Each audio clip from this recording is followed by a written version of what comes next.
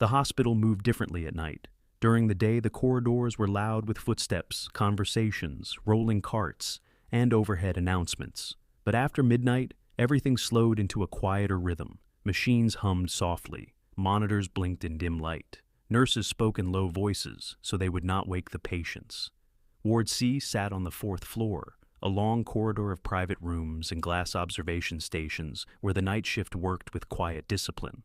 Emily Carter moved steadily down the hallway with a clipboard in one hand, checking the rooms one by one. She did not rush. She never rushed. Her steps were even and deliberate, the way someone moved when they had already learned that panic only made problems worse. Inside room 412, an elderly man slept under the pale glow of a heart monitor. Emily checked the screen, adjusted the IV drip slightly, and recorded the numbers without waking him. The small movement was precise, almost automatic. After years on the night shift, most nurses developed routines. Emily's routine was different. She noticed everything: the angle of a monitor cable, the sound of a machine running slightly out of rhythm, the way a patient breathed when pain medication began wearing off. These were small details, but small details were often where problems began. At the central desk, a young resident named Patel rubbed his eyes while reviewing lab results. He looked exhausted the way most residents did after 20 hours inside the hospital. "Anything new?" he asked quietly as Emily returned the chart. "Room 415 might spike a fever before morning," she replied calmly. "Keep an eye on his oxygen saturation."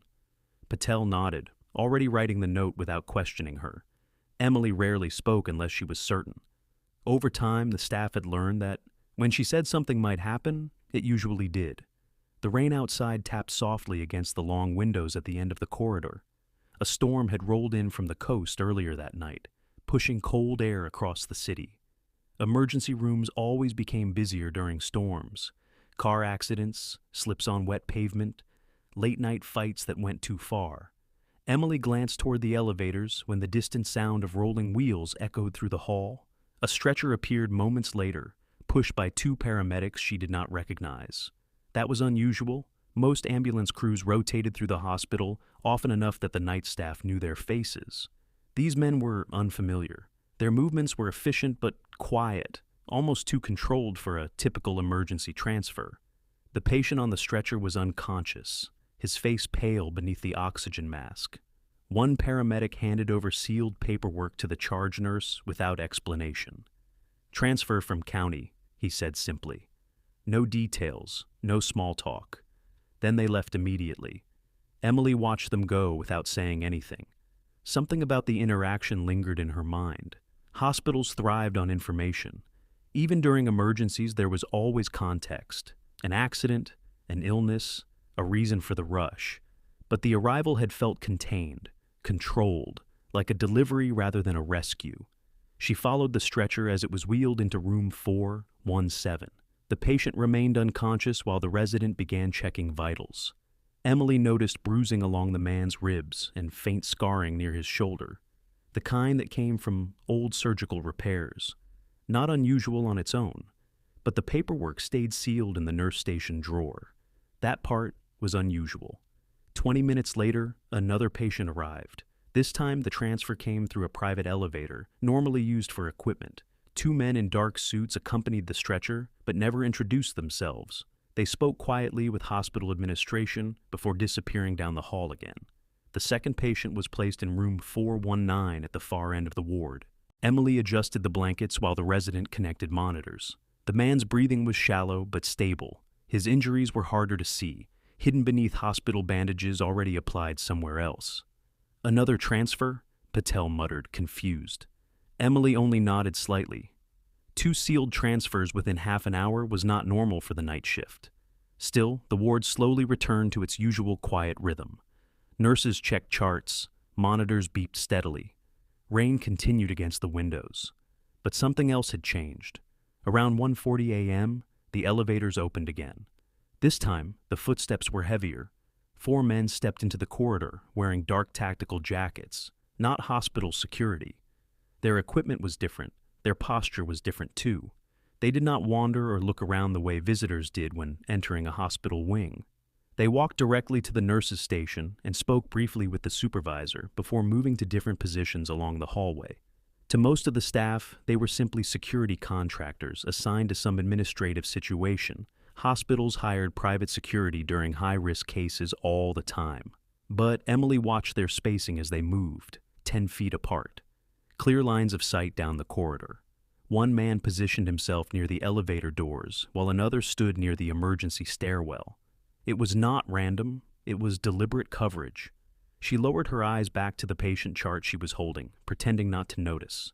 But inside her mind, quiet calculations had already started forming. The equipment on their belts, the communication earpieces, the way one man kept scanning doorways rather than watching the staff. These were not ordinary guards waiting for instructions. These men were preparing for something. Emily finished writing her notes and walked calmly toward room 415 to check on the patient with the possible fever spike. Her movements did not change. Her voice stayed calm when she reassured the patient and adjusted the cooling blanket. No one watching her would see anything unusual. But when she stepped back into the corridor, she paused for just a moment near the window at the end of the hall. From there, she could see the reflection of the entire ward behind her. The guards had shifted positions again. The one near the elevator spoke quietly into his radio. Another man wheeled a long metal case down the corridor and stopped near the far wall. The hospital staff continued working, unaware that the atmosphere of the floor had subtly tightened. Emily watched the reflection for 2 seconds longer before turning away. Something about the pattern was becoming clear now. 2 sealed patients, unknown security contractors, controlled movement, quiet communication. It was a structure she had seen before, though not in a hospital. The realization sat quietly in the back of her mind, like a warning light beginning to glow. Because operations that began this way rarely stayed quiet for long, and whatever had just entered Ward C was not finished yet. She picked up another chart and continued her rounds as if nothing had changed. But now she was watching everything. The change began without warning. At 2:07 a.m., the elevator doors opened again, but this time no stretcher came out. Instead, 2 more men stepped into the corridor, pushing a large wheeled container made of reinforced steel panels. At first glance, it looked like hospital equipment, the kind used to transport heavy medical machinery. But Emily noticed the locking hinges and the thick metal brackets welded along the frame. This was not hospital equipment. The container rolled slowly down the corridor toward the entrance of Ward C, while the 4 contractors already inside the ward shifted positions with quiet coordination. One man moved toward the stairwell. Another walked to the center of the hallway. No one raised their voice. No one rushed. The entire movement was controlled and silent, which somehow made it more unsettling. At the nurse's station, the charge nurse frowned as the steel container stopped directly across the hallway entrance. "Excuse me," she said cautiously, stepping forward. "What exactly is going on?" The man closest to her did not remove his eyes from the corridor as he answered. "Temporary containment procedure," he said calmly. "Please continue your normal duties." The words sounded official, but vague. Hospitals use containment language for infection risks, hazardous exposures, and emergency quarantines. But containment operations normally involve doctors, not armed contractors. Emily watched as one of the men unlocked the steel container. Inside were several folded barrier panels that expanded outward when lifted. The contractor raised one panel and locked it into position across the corridor entrance. Another man secured it to the wall brackets already installed along the hallway frame. The metal clamped into place with a sharp echo that carried through the ward. Conversations stopped instantly. Patients who had been half asleep lifted their heads. The barrier stood nearly 7 feet tall, reinforced with a transparent center shield that allowed visibility while blocking passage. A second panel locked beside it, sealing the hallway completely. The sound of the final latch snapping shut felt louder than it should have been. The charge nurse stepped closer, clearly unsettled now. "You cannot block the ward like this," she said. "We have patients who may need to be transferred." The contractor finally looked at her directly. His expression remained neutral. "No one enters or leaves the ward until further notice." The words were spoken quietly, but carried a weight that silenced the station. Down the corridor, one of the residents stepped out of a patient room after hearing the noise. "What's happening?" he asked, confused. The contractors did not answer him. Instead, two of them began walking down the hallway slowly, checking the doors of each patient room as they passed. Not opening them, just checking the handles and glancing through the observation windows. It was the kind of behavior that looked casual unless someone understood how methodical it really was. Emily stood near the medication cart halfway down the corridor, watching the pattern unfold. Their spacing had tightened now. One guard remained near the sealed entrance. Another stood near the stairwell exit. Two more moved down the corridor together, stopping occasionally to speak quietly into their communication units. Their eyes were not focused on the patients. They were scanning the environment, mapping the space. Staff members began gathering near the nurses' station, whispering in low voices. The tension spread quickly once people realized the exits were blocked. Hospitals depended on constant movement, patients transferred, supplies delivered, staff rotating between departments. Closing an entire ward without warning disrupted that rhythm immediately. "This doesn't make sense," the resident muttered. "If it's infection control, where are the isolation teams?" No one answered him. At the far end of the hallway, the contractor who had been standing near the stairwell stepped forward and slowly pulled the emergency door closed. A heavy magnetic lock clicked into place. Emily heard the sound even from where she stood. Two exits now sealed. The ward had become a contained space. Inside room 417, the first transferred patient remained unconscious while the heart monitor pulsed steadily beside the bed. Emily stepped inside quietly to check the readings. From the hallway outside, she could hear raised voices beginning to form near the nurse's station. The charge nurse was speaking more firmly now, demanding clarification. The contractors responded with the same calm, controlled tone. No aggression, just repetition of instructions. "Please remain inside the ward." Emily adjusted the patient's IV line and checked the oxygen flow. Her hands moved steadily, but her attention remained on the hallway sounds filtering through the partially open door. She had already recognized the pattern forming. This was not infection control. This was operational containment, the kind used to isolate a controlled environment until an objective was secured. She stepped back into the corridor. One of the contractors had begun walking room to room now, this time opening doors briefly and scanning inside. His rifle remained lowered, but ready across his chest. Patients stared at him in silent confusion as he moved past their beds.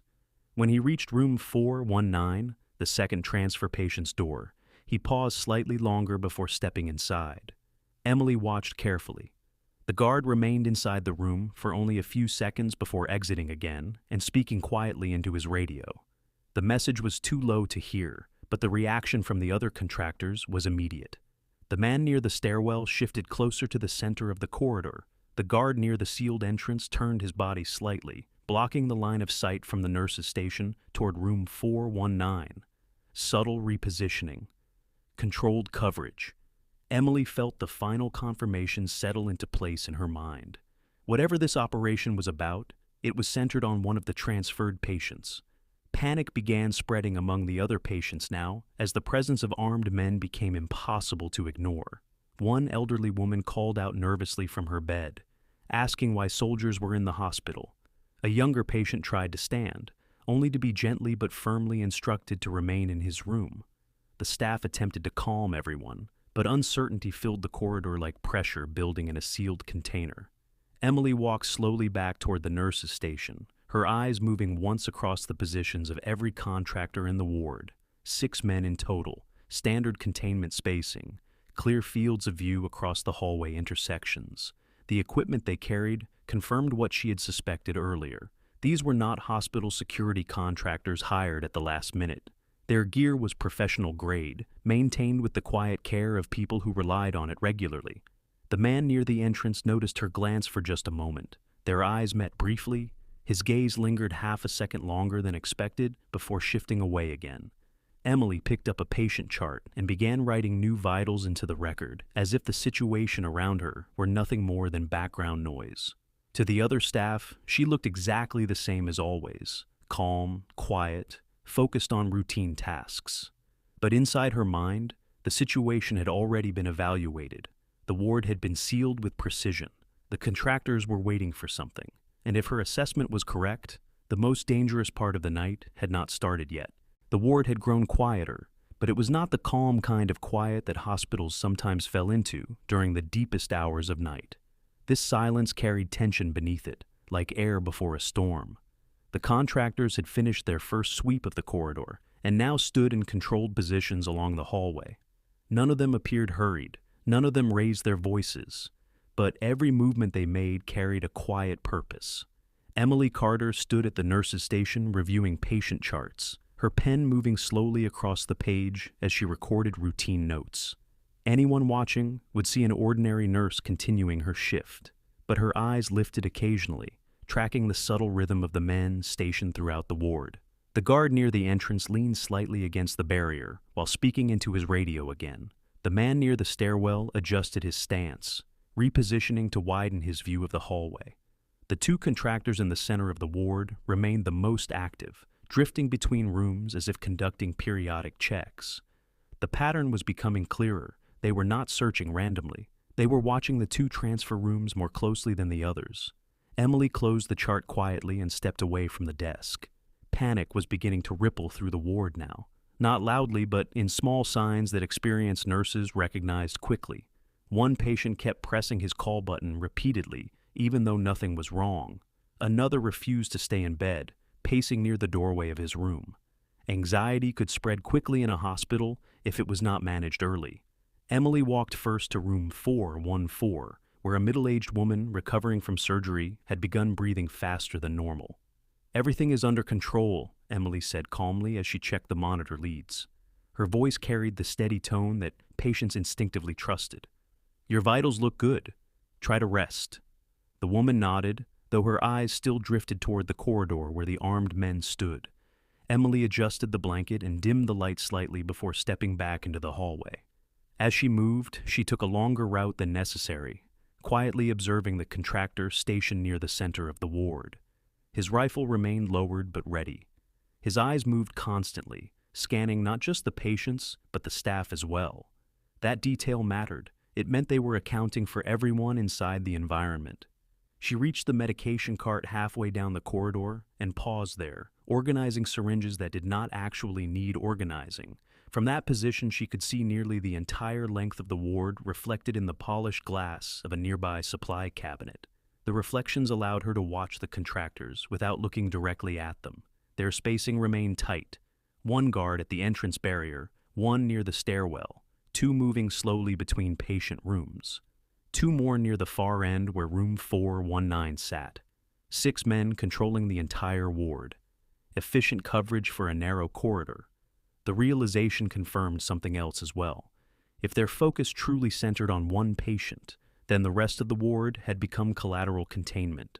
Emily lifted a small tray and began preparing medication for the next scheduled round. The actions looked routine, but they allowed her to move steadily between rooms without drawing attention. Inside room 415, she checked the patient's temperature again. The fever had begun rising slightly, just as she predicted earlier. She administered the medication and adjusted the cooling blanket before stepping back into the corridor. One of the contractors was approaching now, conducting another room check. His expression remained neutral as he reached the doorway. "Ma'am," he said politely but firmly, "please remain at the station unless necessary." Emily met his gaze calmly. "My patients require medication every 4 hours," she replied. "Skipping that would create a larger problem for everyone." The contractor studied her for a moment. There was no defiance in her tone, only a simple statement of medical fact. After a short pause, he stepped aside slightly to allow her past. "Make it quick." Emily nodded once and continued walking down the hallway.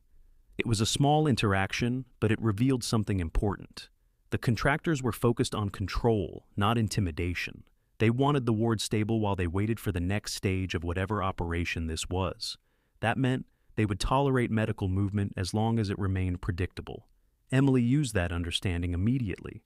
Over the next 20 minutes, she quietly guided several patients to remain inside their rooms, explaining that temporary safety procedures were in place. Her words were calm and careful, preventing unnecessary fear from spreading further. When one elderly man attempted to leave his bed to confront the guards, she gently redirected him back inside with a promise to update him later. Each small action reduced chaos in the environment. Control did not always require force. Often it simply required steady pressure in the right places. Meanwhile, the contractors continued their quiet surveillance of the corridor. At 2:34 a.m., one of them finally entered room 419 again. This time, he remained inside longer. Emily noticed immediately. She walked toward the supply cabinet near the room and began sorting medical gloves while listening carefully through the partially closed door. Voices spoke inside, low and controlled. She could not hear the words, but the tone carried a kind of quiet urgency. After nearly 30 seconds, the guard stepped back out and spoke into his radio again. Within moments, the other contractors shifted positions once more. The man near the entrance straightened away from the barrier. Another moved closer to the center of the hallway. The pattern was tightening. Emily finished organizing the gloves and returned slowly toward the nurse's station. The charge nurse leaned closer to her as she arrived. "Do you understand what's happening?" she whispered anxiously. Emily shook her head slightly. "Not yet," she answered. It was not entirely a lie. The details were still forming, but the direction of the situation had become unmistakable. Something inside room 419 was driving this entire operation, and whatever it was, the contractors were preparing to move soon. Emily placed another chart on the desk and wrote several routine notes while her eyes drifted once more toward the far end of the corridor. The door of room 419 remained closed now. A guard stood directly outside it. His posture had changed, more alert, more focused. The shift was subtle but unmistakable to someone who understood controlled environments. The ward was no longer just sealed, it was waiting. Emily closed the chart and set the pen down quietly. For the first time that night, she allowed herself a slow breath, because the moment before action was often the most dangerous part of any operation. And inside this hospital ward, surrounded by frightened patients and confused staff, that moment was approaching quickly. The tension inside Ward C had grown heavy enough that even the quiet machines seemed louder than before. Heart monitors pulsed steadily in the background, while rain continued tapping against the distant windows. Emily Carter stood at the nurse's station, reviewing a chart, but her attention remained fixed on the far end of the corridor. The contractor positioned outside, room 419, had not moved in several minutes. His rifle rested across his chest, but his stance was tighter now, shoulders squared, feet slightly apart. It was the posture of someone waiting for an order that could arrive at any moment. Around him, the other contractors had narrowed their spacing again. One stood halfway down the corridor. Another remained near the stairwell. The guard at the sealed entrance watched both the staff and the hallway with equal focus. 6 men holding a small hospital ward like a secured perimeter. Inside the nearby rooms, patients had mostly fallen silent, sensing the unease spreading through the floor. Hospitals were places where people quickly learned to read the behavior of those around them. When the staff grew tense, the patients noticed. Emily closed the chart and walked calmly toward room 417 first. The unconscious transfer patient remained stable, his breathing slow beneath the oxygen mask. She checked his pulse, adjusted the monitor leads, and recorded the numbers. Her movements were steady, professional. But the moment she stepped back into the hallway, she noticed the contractor outside, room 419, receiving a quiet message through his earpiece. His head tilted slightly as he listened. Then he gave a short nod to the man standing farther down the corridor. The signal was small, almost invisible, but the response came immediately. The contractor near the center of the ward began walking directly toward room 419. Emily's eyes followed the movement. Something had changed. The 2 men stopped outside the door and exchanged a few quiet words. Then one of them reached for the handle. The door opened. From where Emily stood, she could see only a partial view inside the room. But the scene was enough to confirm what she had suspected earlier. The patient on the bed was not merely injured. He was restrained. Thick medical straps secured both arms to the bed frame, and a monitoring unit sat beside him that did not belong to the hospital's equipment inventory. The man's eyes were open now, awake, watching the contractors with a calm that did not match the situation. The contractor closest to the bed spoke to him quietly. The patient responded once, his voice too low to hear from the hallway. Whatever he said caused the guard's expression to tighten slightly. Emily stepped closer, carrying a tray of routine medication as if she were simply continuing her rounds. The second contractor noticed her approaching and stepped partially into the doorway to block the view. "Room service isn't required here," he said. Emily stopped a few feet away, keeping her voice calm. "Every patient on this floor requires medical supervision," she replied, "including that one." The guard studied her for a moment. Up close, she could see the faint fatigue around his eyes, the careful awareness in the way he scanned the hallway, even while speaking to her. These were not reckless men. They were disciplined professionals following orders. That fact made the situation more dangerous, not less. "We're taking him," the contractor said quietly. "Medical condition is irrelevant." The words carried the cold certainty of an operation, already approved somewhere far above the hospital's authority. Emily glanced once past him into the room again. The restrained patient met her eyes briefly. There was something deliberate in that look, something calm and measured. Not fear, recognition. Then he looked away again, saying nothing. Emily lowered her gaze to the tray in her hands. For a few seconds she said nothing at all. Inside her mind, the situation was unfolding with sharp clarity now. A controlled ward, armed contractors, a restrained transfer patient guarded like a high-value detainee. Whatever this man was involved in, the people who sent these contractors did not want him leaving the hospital alive or able to speak. The contractor near the bed reached down and began loosening one of the medical restraints.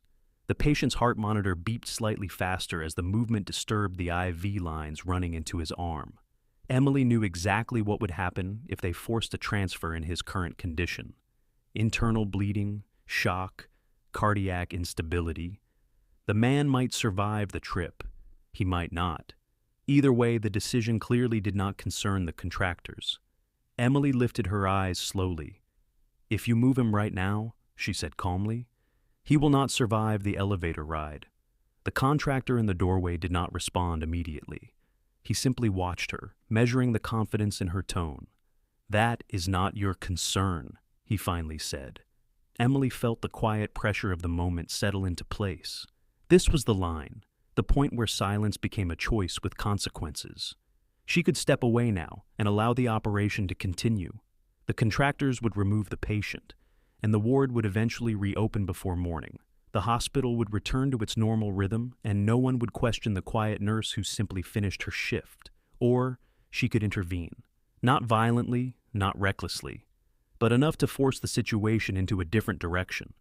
Emily placed the tray gently on the nearby counter. Then she stepped closer to the doorway, her posture still relaxed, but her eyes sharper now. "You sealed the ward correctly," she said quietly. "Your perimeter spacing is disciplined, but you missed one variable." The contractor's expression changed slightly. "Just a fraction." "And what variable is that?" he asked. Emily met his gaze without hesitation. "You assumed everyone inside the containment zone was a civilian." For a brief moment, the corridor fell completely silent. The contractor studied her again, this time more carefully. His eyes moved across her posture, the way she stood balanced without tension, the steady control in her breathing. Recognition began forming slowly behind his expression. Inside room 419, the restrained patient watched the exchange without speaking. The second contractor paused beside the bed, sensing the shift in the air. Emily did not raise her voice. She did not move aggressively, but the quiet authority in her presence had changed something in the corridor. "That patient is not stable," she continued evenly. "You move him now, he dies. You wait 30 minutes and stabilize the bleeding, he walks out under his own power." The contractor's jaw tightened slightly. "You seem very certain." Emily nodded once. "I am." The two men stood there for several seconds, measuring each other in silence. Finally, the contractor stepped aside slightly, glancing back toward the man inside the room. "Hold the transfer," he said quietly. The second guard hesitated only a moment before releasing the restraint strap he had begun loosening. The patient's monitor slowed back to a steadier rhythm. Emily said nothing more. She simply picked up the medication tray again and stepped into the room to adjust the IV line with careful precision. Behind her, the contractor in the doorway spoke softly into his radio. The message was brief, but the tone had changed. Something inside the ward had shifted, and for the first time since the lockdown began, the operation was no longer entirely under their control. The ward remained sealed for another 40 minutes, but the tension inside it had changed. The contractors no longer moved with the same quiet certainty they had carried earlier in the night. Their positions remained disciplined, but their attention shifted more often toward the nurses' station, where Emily Carter continued her work as if nothing unusual had happened. She finished stabilizing the patient in the room 419 with the same careful focus she had shown all night. The IV flow was adjusted, the bleeding slowed, and the heart monitor gradually returned to a steadier rhythm. The restrained man lay still on the bed now, his breathing more controlled. Once or twice he glanced toward Emily while she worked, but neither of them spoke. Outside the room, the contractor who had blocked the doorway earlier stood with his arms crossed loosely, watching the corridor. His radio remained active, receiving occasional quiet transmissions. The tone of those messages had grown sharper over time. Someone outside the hospital was reassessing the situation. At the nurses' station, the charge nurse leaned closer to Emily again. "What did you say to them?" she whispered nervously. Emily finished writing the updated vitals into the patient chart before answering. "Only what they needed to hear," she replied calmly. The explanation did little to settle the woman's confusion, but Emily offered nothing further. Hospitals taught people to accept incomplete answers when situations moved beyond their authority. The rain outside had begun to fade by the time the next sound reached the ward. At first it was distant, footsteps moving quickly through the stairwell. Then the magnetic lock on the emergency door clicked sharply as someone disengaged it from the outside. The contractors noticed immediately. The man stationed near the stairwell stepped back and raised his hand slightly, signaling the others. Every guard in the corridor turned their attention toward the door as it slowly opened. 3 new figures entered the ward. They were dressed differently from the contractors already present. Dark jackets, identification badges visible near their collars. Federal agents. Their arrival changed the atmosphere instantly. The man leading them stepped forward with quiet authority and surveyed the corridor before speaking. "Stand down," he said evenly. The contractor near the entrance barrier hesitated only a moment before lowering his radio. The command had not been directed loudly, but its authority carried unmistakable weight. One by one, the contractors relaxed their stances. No arguments followed, no raised voices. Operations like this did not collapse with dramatic confrontation. They ended quietly when higher command changed the orders. The federal agent walked slowly down the corridor, his eyes moving across the ward until they reached Emily standing beside the medication cart. He stopped there for a moment. The two of them studied each other in silence. Then his gaze shifted briefly toward room 419, where the stabilized patient remained under monitoring. "Condition?" he asked. Emily answered without hesitation. "Stable for now. He required immediate treatment." The agent nodded slightly, absorbing the information. Behind him, the contractors had already begun removing the steel barrier panels sealing the corridor entrance. The metal latches clicked open, and the heavy sections folded back into the container they had arrived in. Within minutes, the physical lockdown of the ward had begun dissolving as quickly as it had appeared. The charge nurse watched the process with visible relief. Patients began speaking again from their rooms, uncertain but hopeful that the strange night was ending. The federal agent lowered his voice slightly as he addressed Emily once more. "You recognized the operation early." It was not a question. Emily closed the patient chart and set it on the cart. "I recognized the pattern," she said simply. The man held her gaze for another quiet second before nodding again. Something in her posture had confirmed what he needed to know.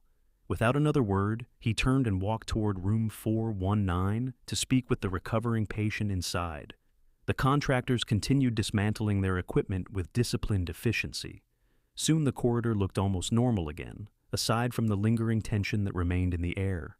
By the time the stairwell door closed behind the last federal agent, the ward had returned to its usual nighttime rhythm. Machines hummed softly. Nurses resumed their routines. The storm outside had faded completely, leaving only the pale hint of early morning beginning to lighten the sky beyond the hospital windows. Emily finished the final entries in her shift report shortly before 6 o'clock. The charge nurse had stopped asking questions by then. Some answers were better left alone. Emily placed the completed paperwork in the outgoing tray and removed the small pen from her pocket. Her shift was technically finished. She walked once more down the corridor, checking each patient room as she passed. In room 417, the unconscious transfer patient remained stable. In room 419, the other man sat upright now, speaking quietly with one of the federal agents beside the bed. He looked up briefly as Emily passed the doorway. Their eyes met for a moment. He gave a slight nod of acknowledgement, nothing more. Emily continued walking. At the end of the corridor, the elevator doors opened with a soft, mechanical hum. The morning shift nurses were beginning to arrive, chatting quietly as they stepped into the hallway. None of them noticed anything unusual about the woman leaving at the same time. To them, she was simply the night nurse finishing another long shift. Emily stepped into the elevator and pressed the ground floor button. The doors closed slowly, sealing away the quiet ward behind her. By the time the elevator reached the lobby, the hospital had already begun waking up for a new day. Doctors hurried toward morning rounds. Visitors entered through the front doors. The strange events of the night were already fading into a story few people would fully understand. Emily walked calmly across the lobby toward the exit. Outside, the rain-washed streets reflected the pale orange light of sunrise spreading across the city. She paused briefly on the hospital steps, breathing the cool morning air. Behind her, the hospital continued its routine, as if nothing extraordinary had happened inside its walls. No one